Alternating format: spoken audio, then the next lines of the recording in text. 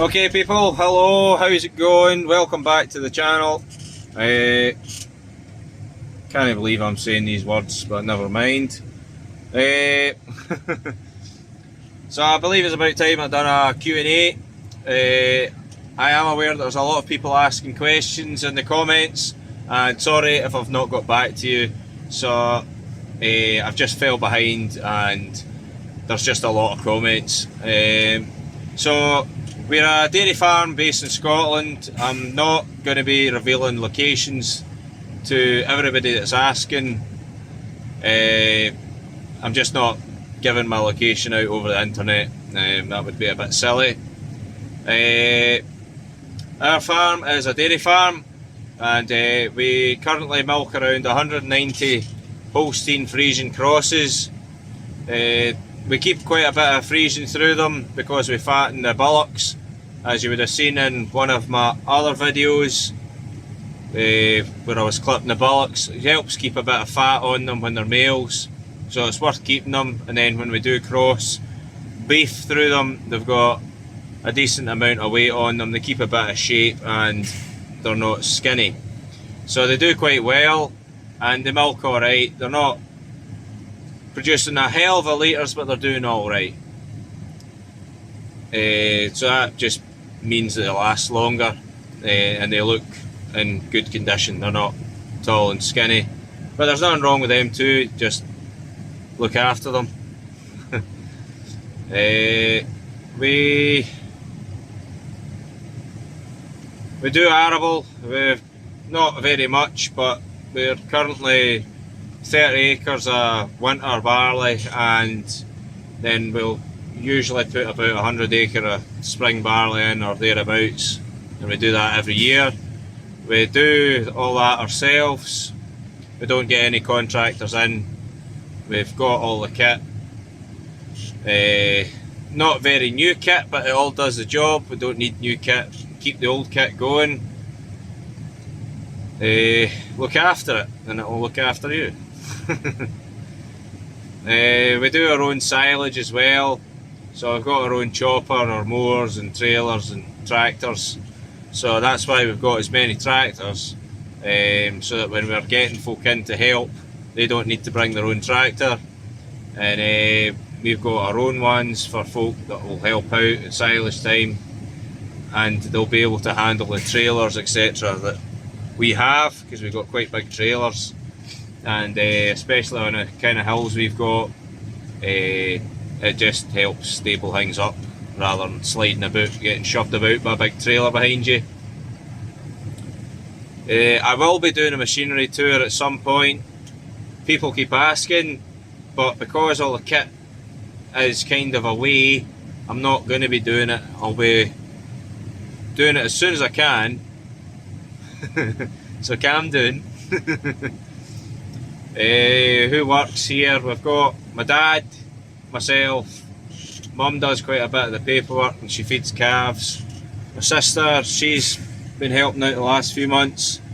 She's quite good at the calves. She feeds them their milk and looks after them, cleans them, well, cleans their pens and whatnot, so she's very good at that. And we've got somebody that helps milk the cows, so that basically means that me and Dad can get on with most of the other jobs, because there is quite a lot to do, because we keep everything and we do all of the groundwork ourselves. Just helps keeping things going along. So so from calf to cow, because we keep everything, there's over 600 cattle on the place. I think it's actually 650, but I'm not entirely sure. I need to ask my mum for specifics because she runs the books. Aye. A few of you might actually be wondering where I came from, because actually I've just appeared from nowhere to some people. I started out on TikTok just buggering about for a laugh, and then I seen a lot of negativity towards farming from very uneducated vegans, so I started giving facts about farming and educating in a humorous way. Maybe some folk disagree with the humorous part, but I found it quite funny, just straight to the point, I thought. So I ended up with just over 250,000 followers on that, and I decided to start YouTube because it gets none but constantly attacked by idiots, mainly vegans, just talking rubbish about farming, and that's not what I want to do. I want to spread positivity about farming, and YouTube seems to be one of the places that I can do that, because don't seem to get any hate here, which is great. Maybe some folk make comments about farming, the way we do things, but that's to be expected. But not generally getting called a murderer and whatnot every day. But aye, so just decided to try this YouTube thing out, and it seems to be going alright so far. So any tips would be much appreciated on what to do. If you've got any ideas for me, I will be trying my best to bring as much to you as I can, because I believe we've got plenty to do throughout the year, so there should be plenty of content, I would have thought. Just need to learn how to edit the videos and do them as well as I can, but I think I'm getting better at it. Just knowing where to put the camera is the main thing. Getting started was a bit expensive, but we're getting there. Tractors, we've got 4 New Hollands, 2 Duitses and 3 old Massey Fergusons. Sounds like a lot, but because we're doing everything, they've all got their jobs. You'll see as time goes on why we've got as many, because well, right now the two New Hollands are going, and well, Father will be doing something else and the other one, so that's 3 running about, and aye, they all have their uses. It also helps keep the hours down. We don't buy new, so having a few of old things, if one does break down, we've always kind of got one spare, but breakdowns aren't that regular, but they do happen.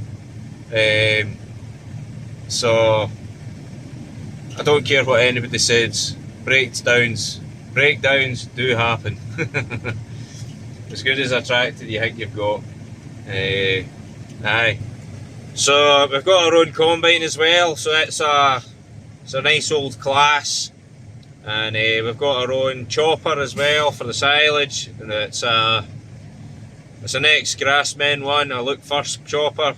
It's not a very big one, we got it second hand, obviously, but basically when it came it still had the paint on it. It's not a very big one, it's an 830, but it does our job. Basically the reason it still had the paint on the reel, it still had paint on the pickup reel, was because it was a backup chopper, and they never needed it.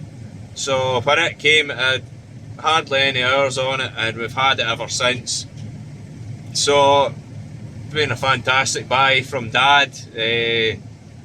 Fantastic machine, really. Don't need to rely on contractors coming in to do the silage, and then it means that we can cut when we want and lift when we want, and we don't need to wait. As good as contractors are, you know, you'd rather get it done. Sometimes there's a very short spell and you need to get on with it. You know, the windows are so short. Sometimes, you know, the summers aren't that brilliant. Sometimes it can be quite good, but it just depends. You know, it can be really a wet summer and you've only got a few days, and then, well, they've got everybody else to go around, but if you've just got your own, you can just get on with it, you know. So I think that's pretty much all I've got to say. So if you like it, subscribe. And I'll try and get a machinery tour up as soon as I can, and I'll just keep you updated. I'll keep the content coming, And aye, leave a comment, subscribe, like, and we'll see you next time. Also, hit that notification button, it helps a lot. Cheers.